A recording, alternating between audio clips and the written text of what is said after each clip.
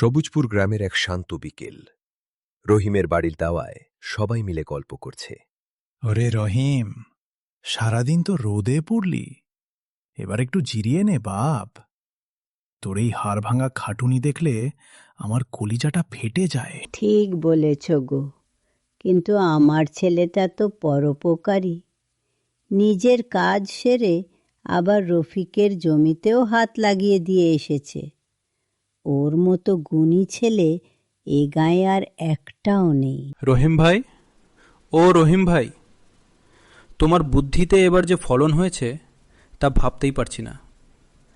বাজারে সবজি বিক্রি করে এবার দেনা শোধ করতে পারবো।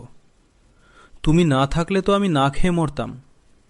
শুধু রফিক কেন, আমাদের সবারই ভরসা তুই। গ্রামে যখনই বিপদ আসে রহিমকে ডাকলে আর কাউকে লাগে না।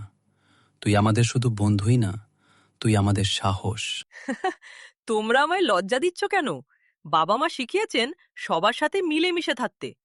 একা ভালো থাকার চেয়ে সবাইকে নিয়ে হাসার আনন্দই আলাদা। তোমরা পাশে আছো বলেই তো আমি এত জোর পাই। মাঠের সোনালি ধানের উপর বিকেলের মিষ্টি রোদ এসে পড়েছে। রহিমের বাবা মা ছেলের মাথায় হাত দিয়ে দোয়া করলেন। বন্ধুরা সবাই মিলে স্থির করল, এবার তারা সবাই মিলে একটি সমবায় করবে, যাতে কোনো চাষি আর অভাবে না পড়ে।